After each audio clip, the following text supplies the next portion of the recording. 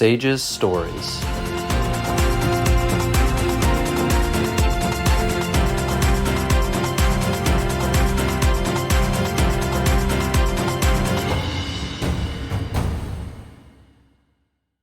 Welcome to today's episode of SAGES Stories, the official podcast of SAGES, the Society of American Gastrointestinal and Endoscopic Surgeons. Please make sure to hit the like button and subscribe so you can stay up to date with our most recent episode. And enjoy the show. Welcome to episode 30 of SAGES Stories, where we shine the light on some of SAGES' most impactful leaders. I'm your co-host, Dr. Jenny Shao, today here in very actually rainy Long Beach, California at the 2025 SAGES annual meeting. And I'm Dr. Kevin El-Hayek, also joining in person at the SAGES annual meeting. This rain has definitely put a damper on our meeting. However, we did this last year in Cleveland for the Sync Fund episode, and we thought we would continue the tradition of having at least one in-person podcast a year. I can't think of a better guest than who we have today, and I think it'll give us some sunlight in this room since it's raining outside. I can't agree more. It's hard enough managing surgeon schedules and time zones in the U.S., but we're really excited today to welcome an international guest and one of our prestigious East Asian colleagues. This person has played such a huge role in the success of SAGES, and without further ado, Professor Manabu Yamamoto. Known to many in SAGES, Professor Yamamoto is the director and chairman of the Adachi Kaiosai Hospital in his birthplace of Tokyo, Japan. He's a member of multiple surgical societies in Japan, and of course is a leader and longtime SAGES member. He serves on the International Advisory Board for JAMA Surgery, and probably most importantly, he's the director and chief singer of SAGES, the Society Available Good Enough Singers Far East. Also, on a personal note, and out of pure self-interest, I'm excited he's on the show today because I'm heading to Japan in April for vacation and cannot wait to get his thoughts about places I should be visiting. So hopefully we'll do that at the end. So a very hearty welcome to you for SAGES Stories, and we're so happy to have you here, Manabu. Yeah, thank you very much. My name is Manabu Yamamoto from Tokyo, Japan. I'm a SAGES member for last almost 30 years. Means I'm very old. No, not at all. Yes, that's true. You just age well, so. Okay. Well, I must have been 15 years old when you started. yes, I will try. And I'm so proud of being a part of SAGES story. Thank you, Jenny. Thank you, Kevin, for making me a guest of this. And I'm ready to have your questions, and I swear I will answer without any lies. Yeah. We will have you raise your right hand. Yep.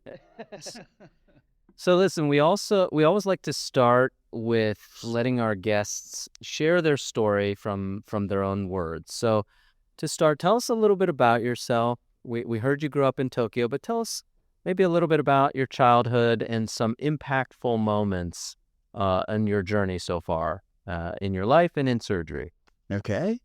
I was born in Tokyo, Japan, and the rest of my life, I'm still spending my life in Tokyo.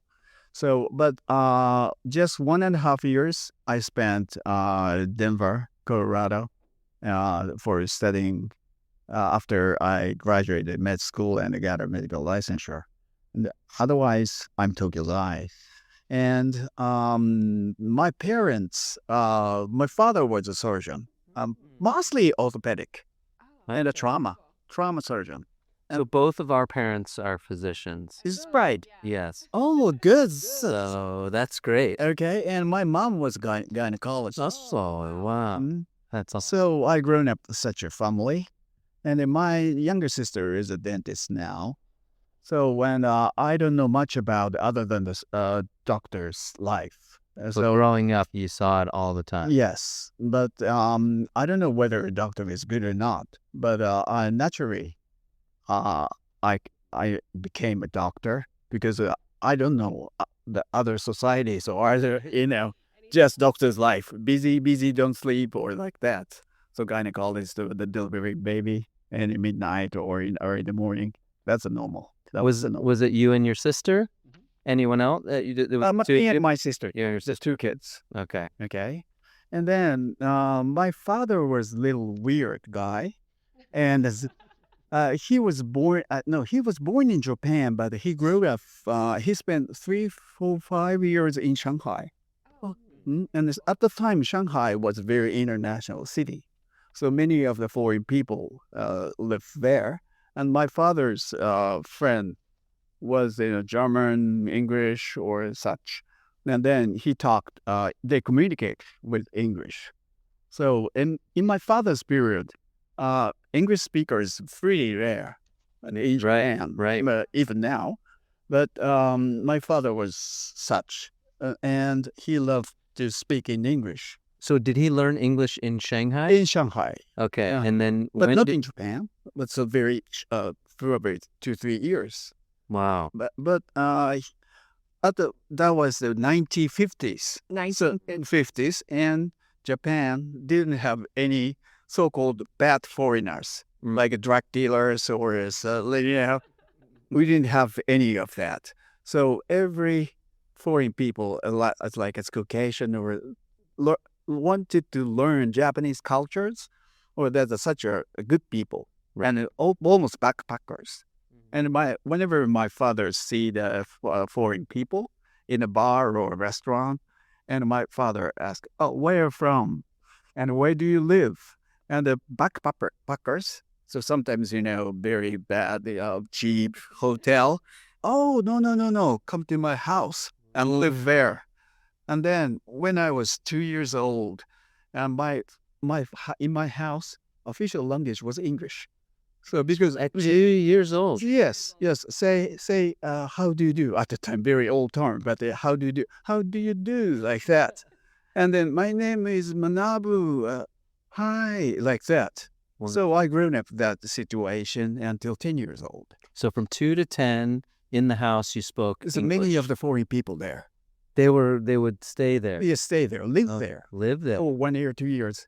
Of course, my mother hate that. Sure. How did she let him do that? I'd probably fight. I didn't know it. But one time that ring a bell and I open the door.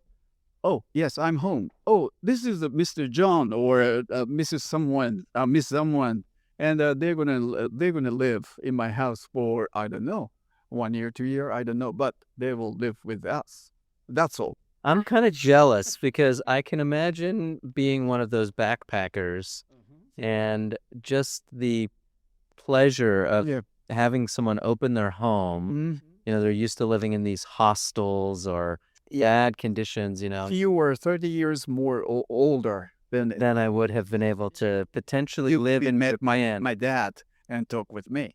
Did they learn Japanese then? No. No, Totally English. Totally. My mom couldn't speak English. They all passed away, but so my mother said, only in Japanese.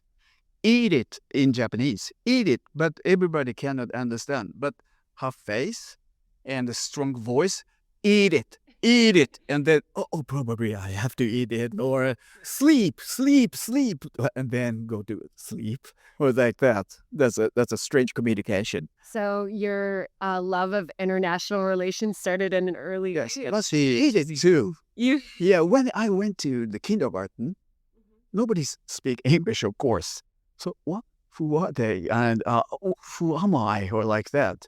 But I catch up. Absolutely. So you didn't. So I had a similar background in that my parents spoke French when I was born. So I only spoke French in the house when I was 2 to kindergarten. And then when I got to kindergarten, I didn't speak English. Oh. And so they almost held me back, my teachers, and I also caught up quickly. Hey, Kevin, you must be my brother. Yeah, right. I know. So Good. So you didn't speak Japanese then Until the kindergarten. until kindergarten. Yep. Wow. So I guess that's crazy because I didn't speak English until kindergarten either because I was born in China and Chinese was my first language. So I feel like this is a meeting of similar minds. yeah, very similar. You must be my sister, huh?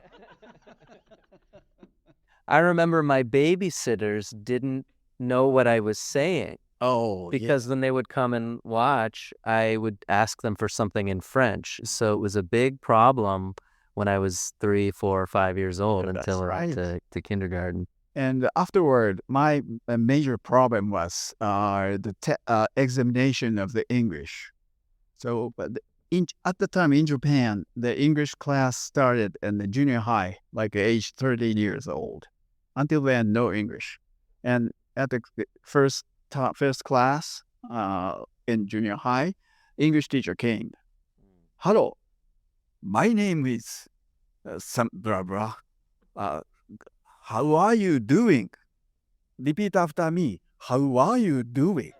Like that. Wow, is this the English teacher? So I have nothing to learn from her. I thought You were already way ahead. so.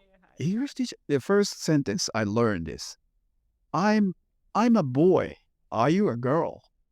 That was the first sentence I learned. Seems like a relevant question. That's relevant. I've never asked that. Yeah, you never asked it. Oh, so where were most of the visitors from? America, Canada? Wait, where? The foreigners who listened to Yes, you? like mostly the Irish, Irish, American, and the Nepali, Nepalese. and mostly the American and English. Okay, So English native speakers. okay, Mhm. okay. So, but and then I didn't like to learn English, study English. I hate. So that my English examination to get into the med school, that was so tough. I didn't study any of the English. Was the medical school in English? Yes, like a grammar. We're trying to just English test. Yeah. Interesting. So and we have to remember the many of the words like abandon. Abandon. I showed that one to my American friend.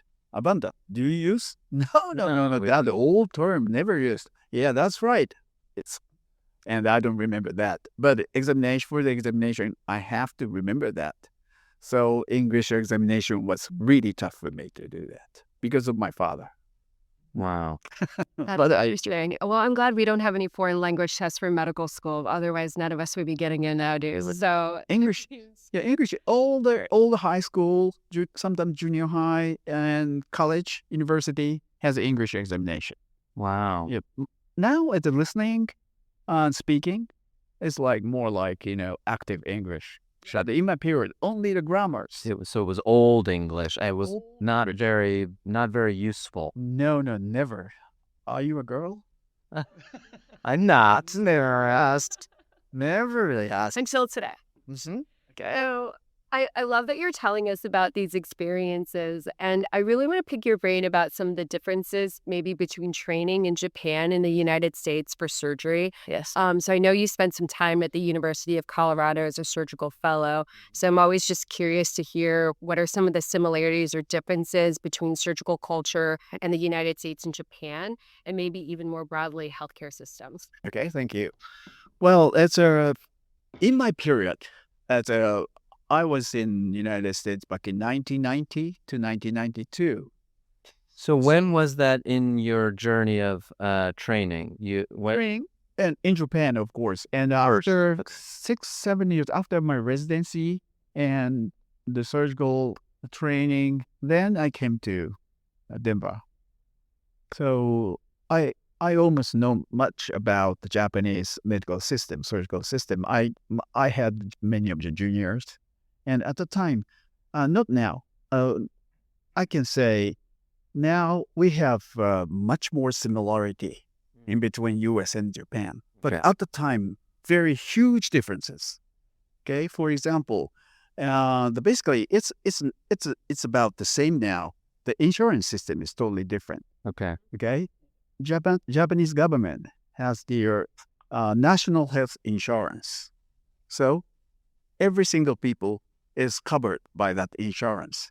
So they have to pay 10 to 30% of entire medical cost. That's all. Wow. So very cheap. Wow. And acceptable. And then in my period, even for the lap chole, I talk too much? Is that okay? So even for lap chole, the patient stay hospital for 2 weeks 2 weeks. after the surgery. Did they get admitted beforehand too? Yes. Okay. And then probably it's the less than your laparoscopy procedure. Right. As an entire medical cost, it's very cheap. Even And- staying in the hospital. Yeah, stay 2 weeks in the hospital. And then patient would, at the time, do not go back. They don't want to go back to the home because they need full recovery, nothing. So it takes 1 week to 2 weeks. And then after 1 week, oh, you may go home. No. I still have pain or like that. They don't go out from the hospital. That was Japan. But now, the day surgery, of course, like yours. And then that was the major differences. And also, because of the health insurance system was good.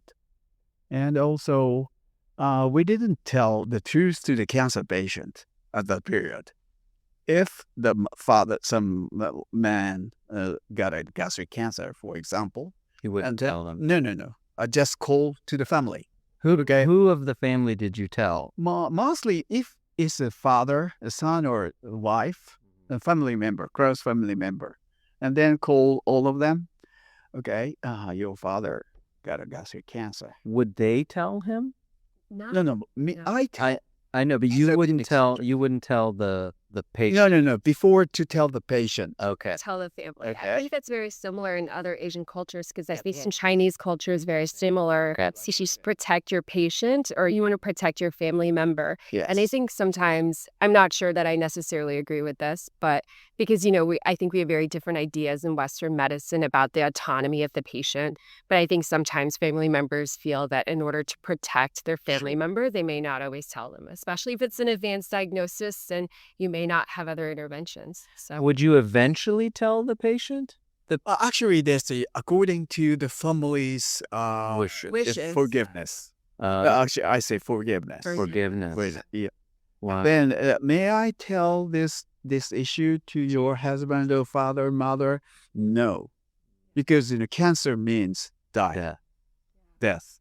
So at the time, but now we tell the truth to the patient directly, of course. But So when did that change? like like 2000, 10 years after I visited. wow. So when you came to Colorado and you saw some of these differences, Yes, of how course. did that impact you? Well, that's one day we made a round with the resident and the boss, Greg Stigman. Yeah. And then Greg Stigman get into one room and one patient were there.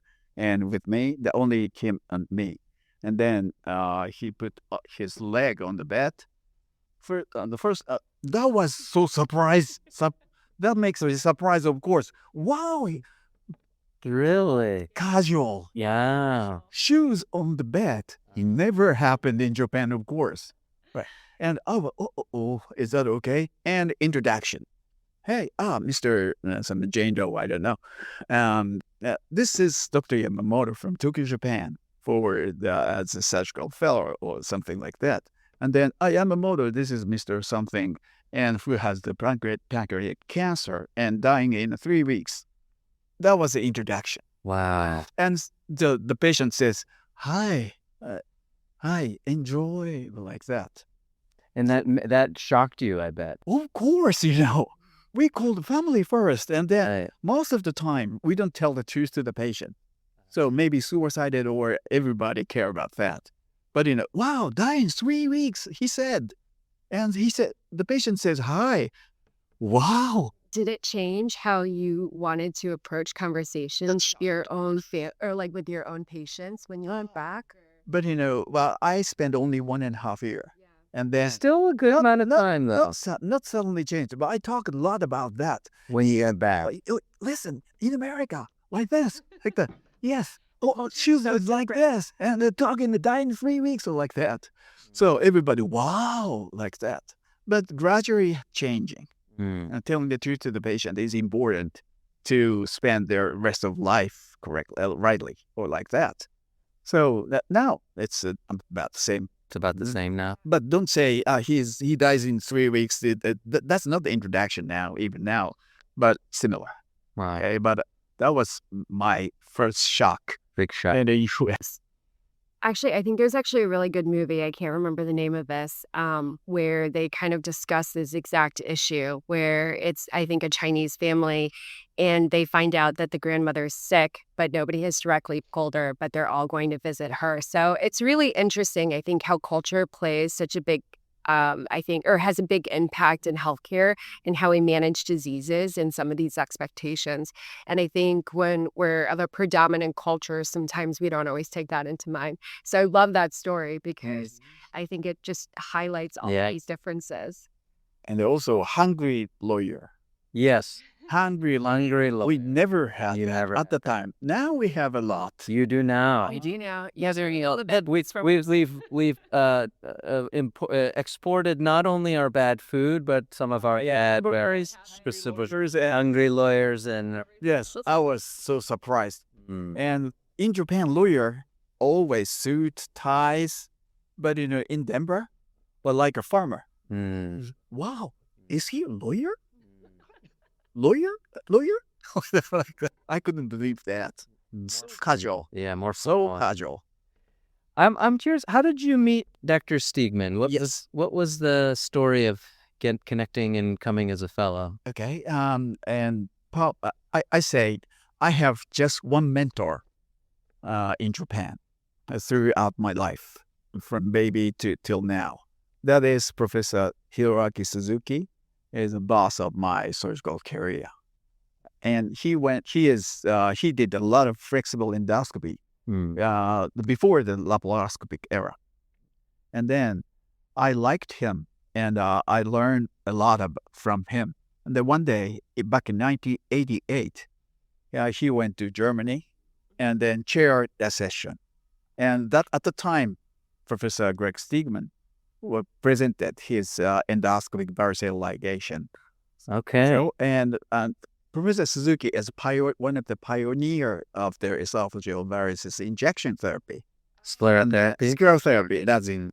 And then he came one day he came back and then told me that, hey, in America they banned the varices. So what do you think? Ban the varices? Never. Well, like that at the time. Yeah. But if you're interested in that procedure, how about to see that procedure directly? Yeah. So of course, I want to go to the United States for vacation. So that I say yes. It takes about 2 weeks to see the procedure, I said. And me and my junior came to Denver. And then just went to the hospital 2-3 days, other 10 days golf ski or I don't. Well, you're not do other stuff. Wow, that's a Denver is a big good place like that. So then I learned about the banding, so-called we call EVL for a while, and then I and found it is good. Endoscopic varicose ligation. That's right. That's right. So EVL is good. We found, and then. But EVL at the time, we need special endoscopy, not the regular endoscopy. We need special made one. So we didn't have that. But my professor was very kind to me. And then I explained about that. Okay, let's make that. And it cost like $20,000 or some. But he said, okay, I will pay. But not his pocket money, of course, but university money paid that special endoscopy. And I got an EVL device, and I could do the EVL in Japan. I'm the first guy there. And then, wow, Denver was so fun. It's some part of country, some part city, but at most, we don't have any duty there. So no relaxation care. You weren't as busy. Just I need a long summer vacation at that time. So I asked Professor if I wanted to study abroad, like Denver for 1-2 years. Do you allow me to do that? Then my professor is very kind to me. Oh yes, if you want. Then I wrote a letter. We already have met, so I wrote a letter. If I want to be your surgical fellow, is that acceptable, or do you allow me to come? And he said, yes, yes, yes, let's come.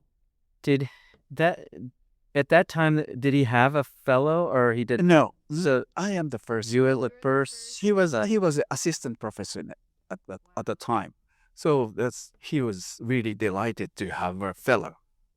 So Wow. I'm so lucky. I'm the first guy. I did at the time. I could do a surgery without any license, top secret though. But at the time, under under control of the system. I did not alone. So he was one of the pioneers of laparoscopy Yes, and cholecystectomy. yes. So At if the that- time, we saw that. Yeah, We saw that. you saw And, that. and the Professor Suzuki did a polypectomy and sphincterotomy and AVL banding or the stenting and strictures, dilation, or these kind of things. He called those procedure as surgical endoscopy, he said. And then at the time, probably, big surgeon, big incision era. Yes. Okay. Yes. If we do the gastric surgery, big incision. this xiphoid to probably below the navel is okay, but if I do like that, the senior surgeon did, what are you doing? Cut it down to the pubis. Oh, I don't need that. But no, wide open. Or you will miss that or something like that. Yes. I hate that very much. That I bothered hate you. that. So that's what. Did it bother you because you saw what was going on with what was happening in the U.S. or what? Why did it bother you that Well, you thought you could do it minimally invasively? yes, that's why I asked Professor Suzuki, my mentor, for the flexible endoscopist and surgeon, but a flexible endoscopy. Though I love that one. That's natural orifice. No incision. Yes. They huge incision. Him, natural orifice. Yes. And then I love this for the patient, of course. Yeah. But as you said, the 1990 lap chole was started. Professor Stigman did that. Oh, that is a real surgical endoscopy or endoscopic surgery, I think. Yes. And then called Professor Suzuki, hey, lap chole is beginning. This is a real endoscopic surgery, so we should do that. And then he agreed with. Did you do the first lap chole in Japan? In Japan, Professor Suzuki. Suzuki. At the time, I You were in still the States? yeah, in the States. And he did the first. Yes. First surgeon is different, but probably 1 day, 2 days. Yeah. So in a week, mostly 10 surgeons have started lap chole. Wow. Yeah. So I found my own way. So less incision. So I found my real career at the time. Yeah. Well, I mean, you are well known for innovation and endoscopic procedures. Tell us how you integrated that into your clinical practice. So what diseases other than cholecystectomy did you start to integrate endoscopy, laparoscopy when you returned? Yes. When I returned to Japan, not everyone understand about it. Still big incision, big surgeon era. Right. So nobody, stick some Horse. boards. What are you doing? Hey, if patient breathes, what do you do? And if like you said, will be the golden standard. So every surgeons do this, and nobody know about the inside of nobody can laparotomy itself. So what you do if the surgeon cannot do the laparotomy like that? Very against. Okay, so and every early laparoscopic surgeon was as almost enemy in the surgical department. Oh, nobody liked that. They are weird. Yeah. They are not a surgeon anymore like that. And this was mid-90s now? Mid-90s and probably until 1996, 7. So 6-7 years. It took. What So- made them change their minds? Well, gradually the Japanese health insurance covered the lap chole afterward, like 1998 or 9. Before that, So- they didn't cover it? No. The patient paid? Sure. Or paid by the The department. hospital. So all free. So if I if we ask the reimbursement for the insurance, it's illegal. They said experimental. Yes, that's Mhm. right. So, and everybody, even in America, it's locally called the Nintendo surgery. Nintendo surgery. They do a game for the human being like that. Wow. It's huge against. Nintendo Yes, surgery. Nintendo surgery. I remember that. I can remember. I'm sure. And also, a first meeting of the laparoscopic surgery meeting. Now we call it JASIS, huge meeting, the world's largest. Yeah. It's more than 20,000 Wow. members. 20,000 members. Members, the biggest one.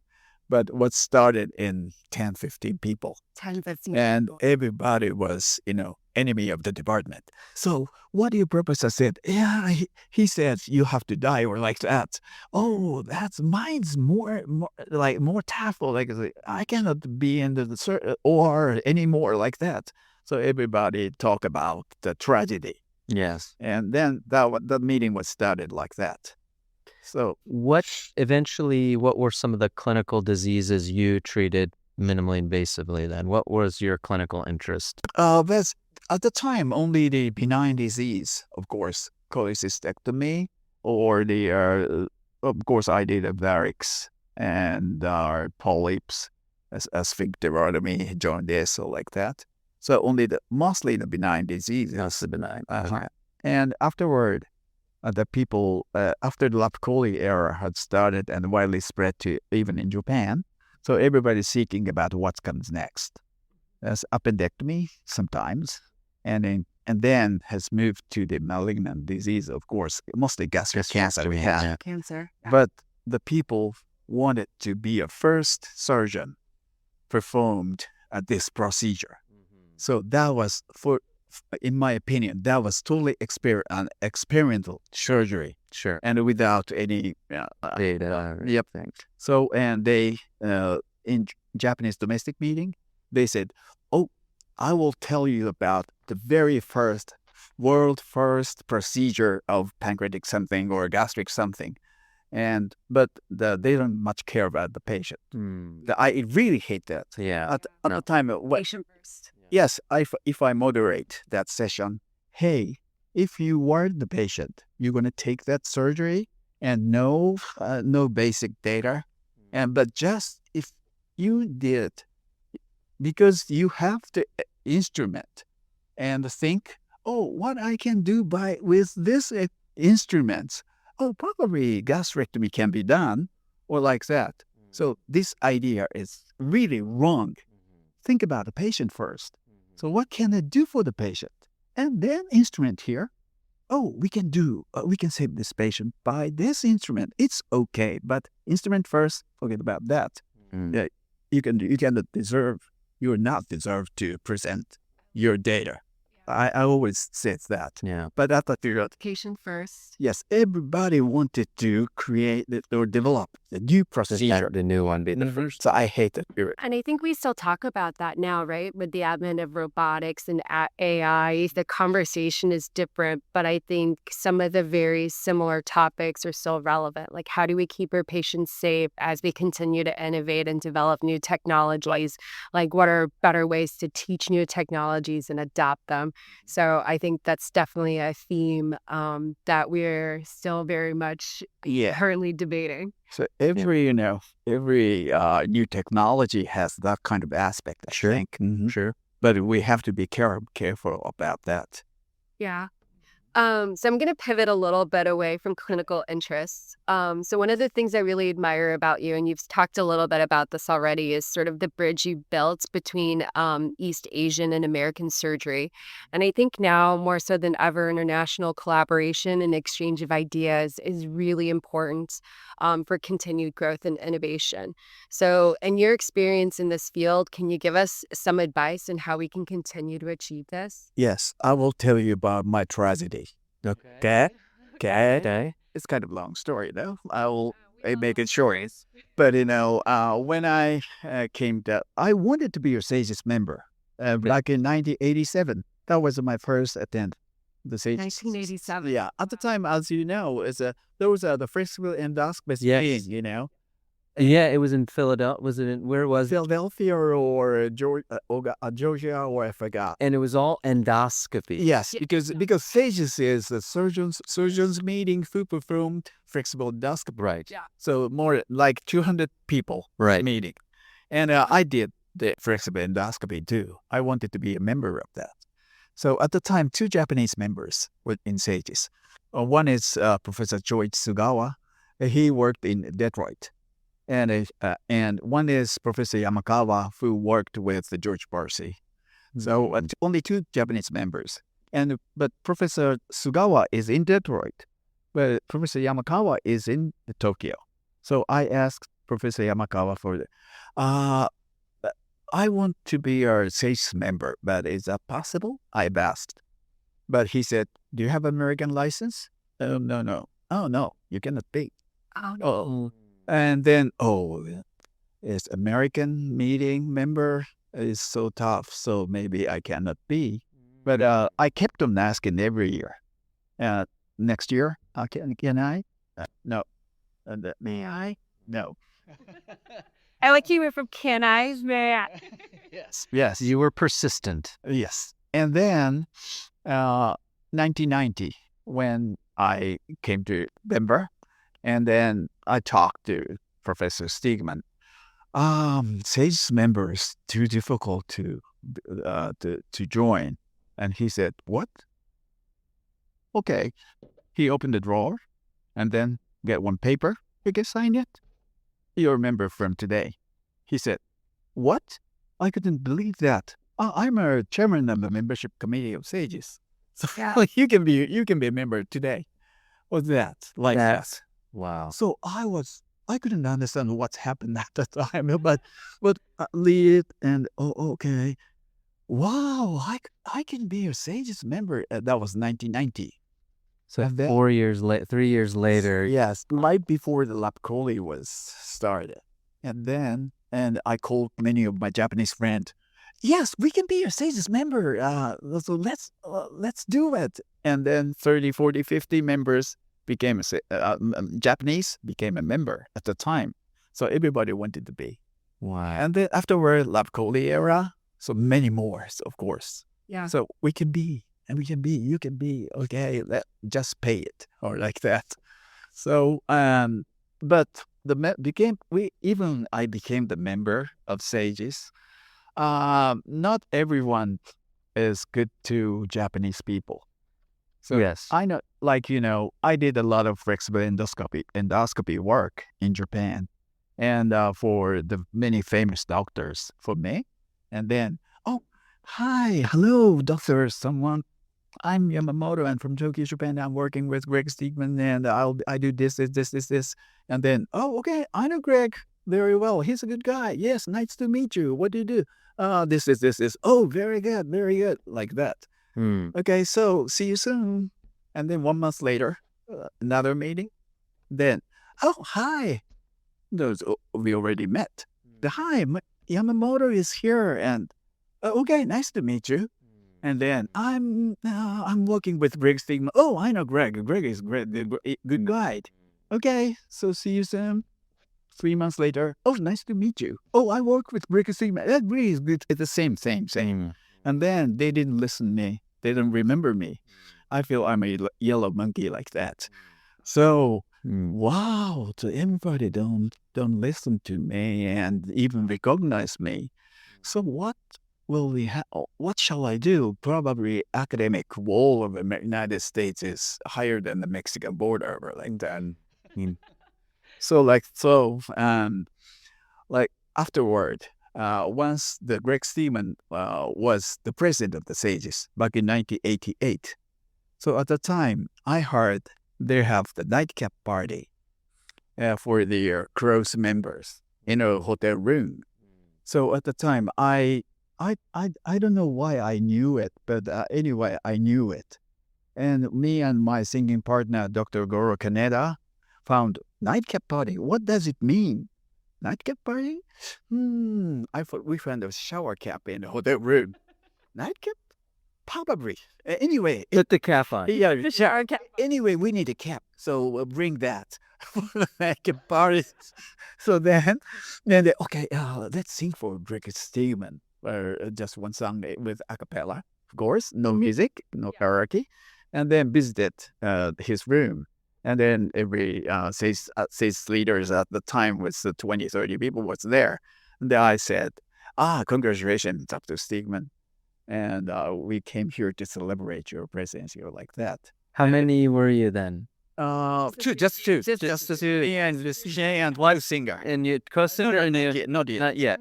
And then the Professor Steegman introduced us. Okay, ladies and gentlemen, we have unexpected, uninvited guest. Yes, of course. We didn't have any invitation. And wow, uninvited. But anyway, we have to sing. And then, hello, ladies and gentlemen. We are. I'm from Japan, Tokyo. We worked with Stingman, blah blah blah. And then, this is a nightcap party, right? So we brought the nightcap, and then everybody started laugh. Oh my! And sing a song. A little bit of word changed, and for Stingman, and I forget the name of the song, but sing with the harmony. And everybody, wow! So you were the original originator of the SAGES singing. No, after that, SAGES is something. You was order then. That's the origin. of this. That was few party, And now but few members party. Sure, but that's what it And next is there too. next year, Professor Desmond Barkett was the president. I call him James Bond. He's from Okay. Yes, that's why Mr. James Bond. We always bow. And at the time, we sang the Obradi Oblada, because Desmond has a bower in the marketplace. Desmond. And then that at the time, everybody applauds us. And then next year, Singapore started. Okay, and at the time, people started to know me, Yamamoto, and then don't say nice to meet you anymore. Now they know you. After the sing-off, when we arrived to the airport, at city of the SAGES meeting, and then unknown and the strange foreigner came to us. Oh, hey, what are you gonna sing this year like that? So me and my singing partner, wow, we are popular now. Wow, hey, even I did a lot of academic work, but they keep on said, nice to meet you. But after we sing, well, everybody says, even the strangers came to ask what we're gonna sing or like that. Yes, song is better, I thought. So the message, I think, is that sometimes you have to go a different route. Yes, to that's right. But also the collaboration occurred after friendship and humor and Yes.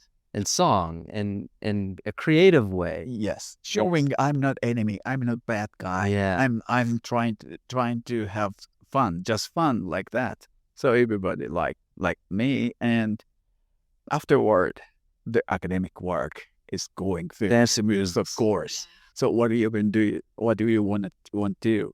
So I do this. Okay, I will introduce him. He's doing such or like that. And I think it just highlights the importance of sponsoring other people. It seems like Dr. Stegman was such a good mentor and a sponsor. He's really included you. And I think, in the times that we live in now, I think it's a really good note for all of us who maybe know some more people now or have more influence, is to really allow the opportunities for those below us to move up and to develop the things that they're interested in. Yeah, that's Yeah. Amazing story. And also Sally Matthew, Miss Sally Matthew, she made all of my dreams come true. Because she is she was already Barbara Brasi was first director, but the Sally took over that place, and afterward I asked and I consulted her about the politics or more Japanese attendees, and Japanese needs a presentation to come join the SAGES. So please accept more abstract or like that, and she made my dreams all come true by her power and cooperations. So I do appreciate her Yes. why she is now JACES honoree. Yes, we So- we had her on our last show, and it was I it's a tremendous honor for her. I think she was just to yeah, she was so touched by that, and it was a great story when she shared that. So afterward, I'm keep on focusing the relation friendship between SAGES and JACES, not my academic work, but every Japanese surgeons, they are very smart and good. But if they don't have any relationship between the U.S. surgeons, they cannot show their power or achievement. Yeah. So that's I will just focus on the expanding the friendship. Yeah. And then, Japanese surgeon, you do this. Okay, I will introduce him. So he do a lot. Oh, I know him. So now you've become a sponsor. Yeah, not a sponsor, but like a Mentor, networking. networking. This is my life work. Yes. Networking. Make more friend and networking. This guy needs this. This guy needs that. That is the reason why I kept on singing. Yes. Okay.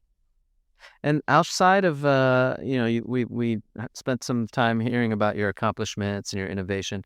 What outside of surgery is what interests you outside of surgery? Actually, I don't have much, but networking.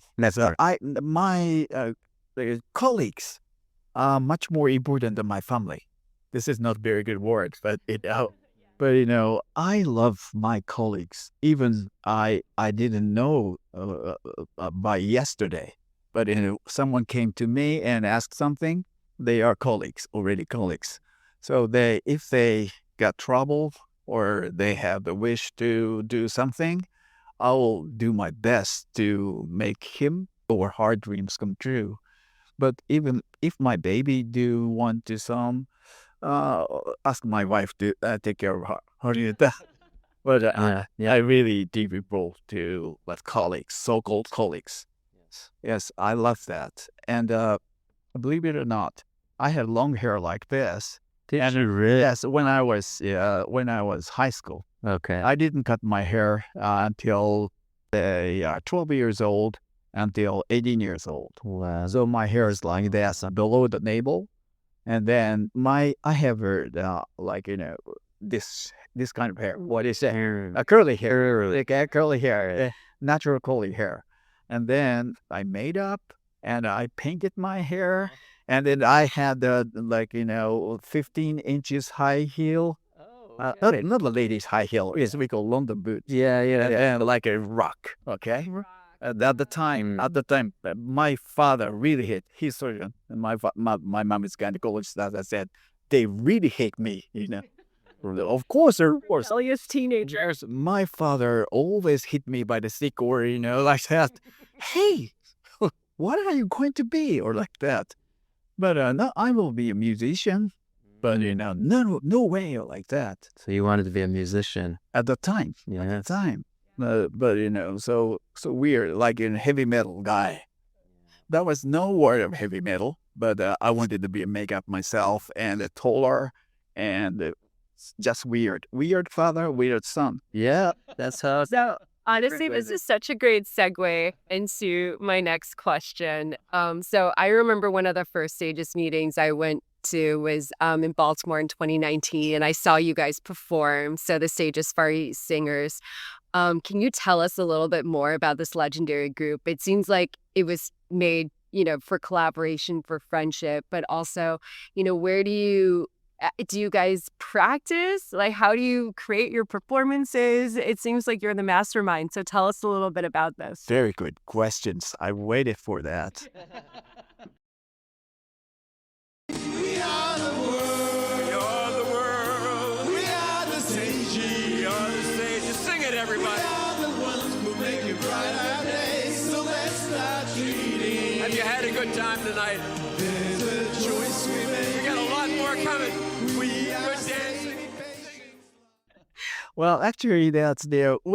Like I said, the SAGES Far East started with two persons. Two people. Three people. Me and my singing partner, Goro Kaneda. And then we kept on singing by two and wear the costume of wrong Japanese. That means, Japanese are, like weird hair, like particular hair in the camera, and then, like that. So, okay, we show their American image of Japanese. And then we wear a kimono and the umbrellas and our, what do you say? Streamers? Streamers, yeah, streamers or something like that. That we prepare that one for on our stage. Yes. So everybody just sing, but ours are costumes and some like that of the kind of toys. So I thought that was attractive, a little more attractive. And then when Japanese people get more, Japanese surgeons coming more and more, and I ask them to help us. And then, okay, we form the dancing team. Okay, and dancing team at most like 30, 40 people. 30, 40 people? Yes. That's so many. Yeah, I must break the stage. You rush the stage, it becomes a risk. Yes. Sometimes cannot. So down the stage, 30 people, not on the stage. It will collapse. And then, so gradually 5 dancers, 10 dancers, 20, 30. And then more dancers come, and I have to prepare for their costume. So costume. You're the one who prepares. Yes, costumes only. Or the costume design. No. I have to buy that through the internet. Yes. That was sometimes it's very expensive. But I always bought that, and then okay, you wear this, but they threw up after the show. So next year I have to get something, that's about the same. And then my suitcase was huge to bring 30 people's costume in, and then give it away and throw that away. My suitcase was totally empty. Not a sustainable No, Yes. no, wasting. And then at the time, well, when I see someone who looks like Japanese, I just started, and I came to him or her, and are you Japanese? And then he said yes. Okay, where from? Where is your university? Where is your hospital? And then after I asked that, okay, come to my room. I have something to do. I have something to show you. And then once he came into my room. Okay, just naked and wear this. What?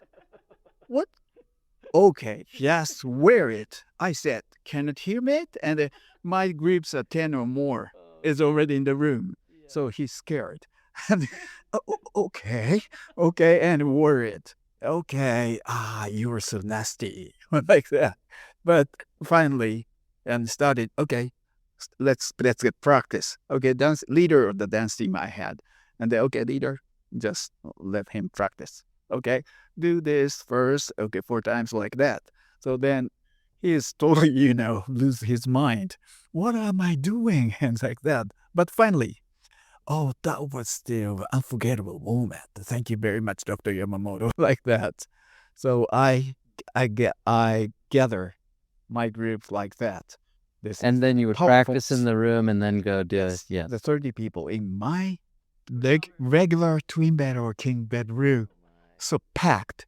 And sometimes, low oxygen level. Open the window like that. Yeah, that's true story. And also we practiced until midnight. And most of the time, huge security guys standing outside the door. Too loud. Yes. Quiet. Do you know what time is it? Okay, yeah, this year too. I'm so sorry. Every year. But we practiced hard for every day. Yeah. Every day. If you were to think back on all your SAGES moments, what would you say is your favorite We Are the SAGES moment? Favorite? Okay. The old. I can say old, but unforgettable moment is the when the Barbara Barcy passed away back in probably 5 years ago, probably 5-6 years ago. Yeah. And at the time, I am a member of the SAGES Foundation, and then we hold a SAGES Foundation lunch, and that was the last time for Barbara the barber showed up in the tomb, or it is some kind of that. And then Barbara's note was there. And then read it. And she said, yeah, he was my good friend, a very old distinguished guy's name and leader's name. And I found my name on. So, and she said, he is a new age rock star. And please, and like that. Wow, she mentioned my name too. Then I almost started crying. And while watching her video, like, lastly, please save one seat for me when you sing the Sages. We are the Sages. And then We Are the Sages video was scrolled. And then, wow, I cannot resist just crying. And then after a year, the next year, of course, we saved our seat to sing We Are the Sages. That is unforgettable. Yeah. Very, very special. I think very fitting given the tribute that George Versii just had. And Sure. it's absolutely amazing. Thank you so much for your time. No. I talk too much, I think. Now, No, we really enjoyed having you and listening to your stories. I feel like we finally found out the actual origin of the Sages sing up. we all know the origin. Just two people and a shower cap. Yes. What you can do with two people and a shower cap, that will be our message. That was the origin. And I'm so glad to found the brother and sister. Yes, who didn't speak their language of their country before starting kindergarten. What a fun fact! Is not one of us was speaking the language of our country before we started. Well, we do. We want to thank you so much for your time. It's such an honor for you to have joined for this Sages Stories. I think everyone is going to catalog this one for a long time. Okay, Thank you so much, Manabu. And lastly, I would like to introduce the World Congress of Endoscopy in 2026. Yes. Will be held in Tokyo, Yokohama, Japan. So I hope everybody will join us, and would like to invite all of you to the Yokohama. Please come and see you there. I will sing there too. Okay, good. Do you have, is it a registration? Not yet, right? Because Not it's yet. 2026, but we'll save the date. When is it? And Hey, pasta. we'll find the date and we'll make sure we at least do a save the date for This is the shooting too, so I brought the pasta. There we go. lovely. Okay, all right. September. September 2nd through 5th, 2026. So plenty of time to plan. Yokohama, Japan. And we'll link it in our show notes. So if anybody's interested in looking at the website, we'll make sure that we get it. And once it's ready, we'll make sure you link it. Okay. Waiting. Thank you. Thank you so much. Thank you. Thank you. Thank you. And that wraps up today's episode of Sages Stories. You can view the show notes for any links to sites we referenced today.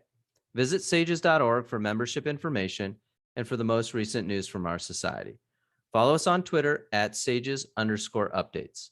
Make sure you hit the like button and subscribe so you don't miss any future episodes. See you again next time, and remember, you can't spell minimally invasive surgery without SAGES.